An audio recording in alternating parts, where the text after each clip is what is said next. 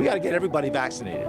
Every adult in Colorado eligible for the coronavirus vaccine tomorrow. It's really important that we get this right. Our state gearing up to administer tens of thousands of doses each day, but the battle is far from over. We can just as easily find ourselves in another surge if we move too quickly. As the governor moves towards giving pandemic rule control to local leaders, some see pitfalls. I think patchworks are a problem. Plus neighbors driving each other nuts. When we asked the neighbor to stop, I was told the squirrels were here first. Why one woman says her pets and her family are being put at risk by wily wildlife.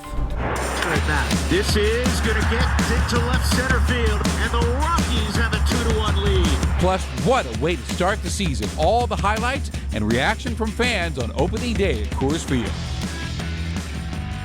For months, we faced a long and sometimes confusing list of who can and can't get the vaccine in Colorado. First, it was medical workers. Then we added in people in nursing homes, people 70 and older, first responders, teachers, childcare workers, people with high-risk conditions, frontline staff, and many different roles. And tomorrow, things become much simpler. If you're at least 16, you can get the shot. Welcome to Denver7 News at 10. I'm Jessica Porter. And I'm Shannon Ogden. Thanks for joining us tonight. So, what do you need to know now that you are eligible? First, you need to know you're part of a big group. More than 3/4 of all Coloradans fall into the 16 and older group, and more than 4.5 million people. So far, just over 1 million Coloradans are fully vaccinated. And even though you are probably eligible tomorrow, it doesn't mean you're going to get an appointment right away. Governor Polis is urging patience. If you want the shot as soon as possible, be prepared to spend some time online. There are four main options. Healthcare providers in your area will have wait lists. Drive-through sites and some pharmacies like King Soopers, Safeway, and Walmart both will let you book an appointment online. And community vaccine sites, these can be based on zip codes, so check to see if you're eligible first. The state opened a new mass vaccination clinic at Ball Arena today, so that brings us to 6 in all, including Dick's Sporting Goods Park and the Ranch Events Complex in Larimer County. Governor Polis visited the Ball Arena site today. This drive-through site will be able to administer roughly 6,000 doses a day. And when vaccine supplies increase, our state will need large-scale operations like this to get all those doses into arms quickly. Polis says Colorado should have enough doses to vaccinate everybody by the end of May. So what if you've been eligible for the shot but didn't get an appointment yet? Governor Polis is asking healthcare providers to prioritize people from the prior groups, like frontline workers and people 50 and older. We know there is a lot of information to take in right now. To read more about all of this, head to thedenverchannel.com. We have a full write-up in English and Spanish. One thing to keep in mind, the shot is not fully effective until 2 weeks after the final dose. So hold off on your long-awaited hugs and reunions for just a little bit more. And as you see, more Coloradans are getting vaccinated, so that means we are inching closer to finally lifting those COVID rules. In a little over 2 weeks, Governor Polis plans to hand control of those restrictions over to local leaders. As Denver7's Sloan Dickey reports, some worry that could bring the wrong message. As more Coloradans get vaccinated, the state gets one step closer to ending this pandemic. We embrace the direction of local control. Now Governor Jared Polis says come mid-April, the state will hand over control of COVID-19 restrictions to city and county leaders. Really, the only types of events that will remain under state guidance will be large-scale events, thousands of people together. Doesn't mean they can't occur.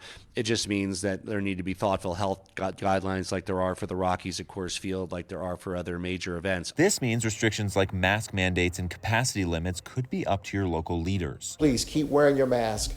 Keep social distancing. But that doesn't mean restrictions in many areas will end anytime soon. Nothing has really changed in terms of what controls this pandemic the most and what controls the spread of the virus. Denver's Mayor Michael Hancock responded to the governor's Monday announcement to say they will still follow health guidance from the CDC and local doctors. Some are already probably beginning to look at the state's timeline and think this means it's open season. Well, we caution against that. Some counties signaling a plan is still in the works. Officials with Jefferson County telling Denver7 in a statement they're awaiting further guidance from the CDPHE on confirmed next steps. Officials with Douglas County are also waiting for more information from the state. I worry about relaxation of our prevention capacity too quickly. But Dr. John Douglas of Tri-County Health, which Douglas County is a part of, says local control too soon could be problematic. And I do worry that when that consistent framework is ended, we lose some of the consistency that we've been able to rely on. He says variants and an increase in infection rates can set back the progress made from a year of battling the disease. I think patchworks are a problem. That I think the ideal approach has in fact been a statewide approach. But if a statewide approach is not possible, he says a regional one will have to do. We are making great progress in the metro areas and in the more rural areas. And in none of the areas do I think we can afford to say we're home free. The statewide mask mandate is set to expire on April 3rd. The governor has signaled that he will extend that mandate for another 30 days as we transition to local control. Once that happens, we do know that masks will still be required in schools. Reporting in Denver, Sloan Dickey, Denver 7. Sloan, thank you. A Denver woman says some small creatures are causing big problems for her and nearby neighbors. And Denver Animal Protection now is involved. But as Denver7 CB Cotton reports, this woman worries one neighbor's actions mean this problem's here to stay. Yard work. I literally just constantly walk my yard. Cassie Childers does more of it than ever before. Just all this stuff. And she's not digging anything up. Yeah, see. Instead, she's picking up. This is after I've already cleaned up the yard this afternoon. What's been planted by a neighboring cultivator. Have to walk it lane by lane to find all of the stuff that the squirrels drop. The first drops, dangerous for Childers' husband. It started with peanut shells to the point where it was dangerous for my husband to do yard work because he's allergic to peanuts. The latest, a disaster for her three-legged rescue dog named Mister. Show him where you play ball. And I hear something and I turn around and Mister is falling over, choking on a corn cob, half of a corn cob. That a squirrel had brought into our yard. This is actually what I pulled out of his throat yesterday. Childers says while the squirrels dropped the corn, she feels someone else is responsible for sowing seeds of disaster in the backyard. We have an issue with a neighbor who feeds the wildlife. It's been an ongoing issue for 2 years now. We've tried being neighborly. She says those efforts failed. When we asked the neighbor to stop, I was told the squirrels were here first. Denver Animal Protection says they've received complaints about the neighbor in the past, and the neighbor insists that his feeders are meant for birds. So in 2019, when the feeders were set up incorrectly, officers told him to change them so they don't attract other animals. Since then, we've had squirrels chew through our power lines, so we've had to have Excel come out and repair our power lines. They've chewed through our internet lines, so we've had to have Xfinity come out and fix our internet lines. Our neighbors are having to trap the squirrels because they're getting into their walls. We went by the neighbor's house and got no response. Childers says at this point, she only has one option left. The city has said the only real change that we as neighbors can probably facilitate is going with a civil lawsuit with property damage. The yard work. Hey, buddy, stop it. Is far too often. There's squirrel poop back in there, which is another thing that unfortunately dogs will get into and get sick. And too dangerous. I saw my world choking to death on a corn cob in my very own fenced backyard. Now she wants her neighbor held responsible for changing her yard's landscape. I should be able to release my animals safely into my own fenced backyard. Denver Animal Protection says it's illegal to attract wildlife other than birds into this area, but this situation is tricky and difficult to prove blame.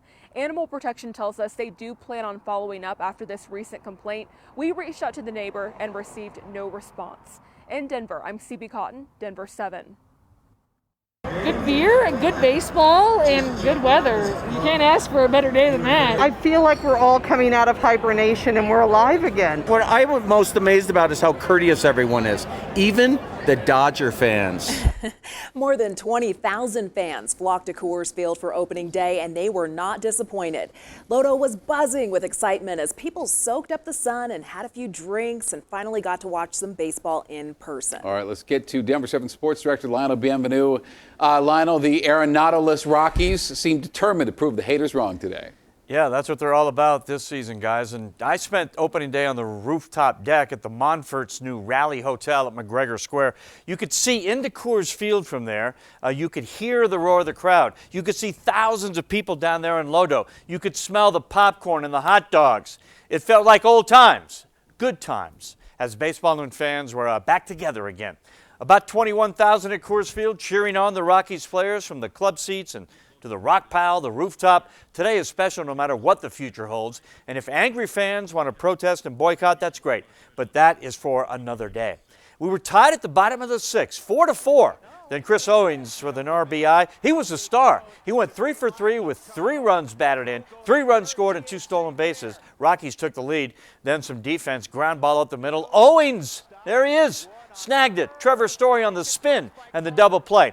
And then the last out, the bases loaded for Mookie Betts. Oh, so dangerous. Well, Daniel Bard got Mookie to line out to second. Owings, there you are.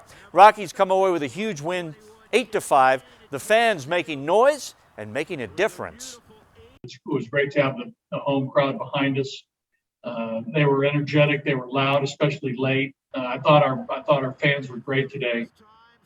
I can't wait to see the stadium filled in the coming months. It was great.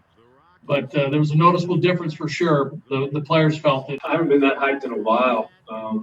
Just the energy from the fans, the buzz, you could tell everyone was just really happy to be at the baseball game. Our fans, man, they brought it like they do always. And the flyover always gets me a little bit. Just puts in perspective how special this is. Yeah, it was special. All in all, a great day for the players and the fans. But now the challenge is to do it again. Every game. The same 2 teams play again tomorrow night. They were going to fine you $10 a day because you put in artificial turf. Correct. A turf war erupts in Broomfield over artificial grass. The bill is going to give some more power to the people. Now, some state lawmakers say it's time to put a check on the power of HOA. Sunny, warm, just about perfect today, but we may be even better for the weekend.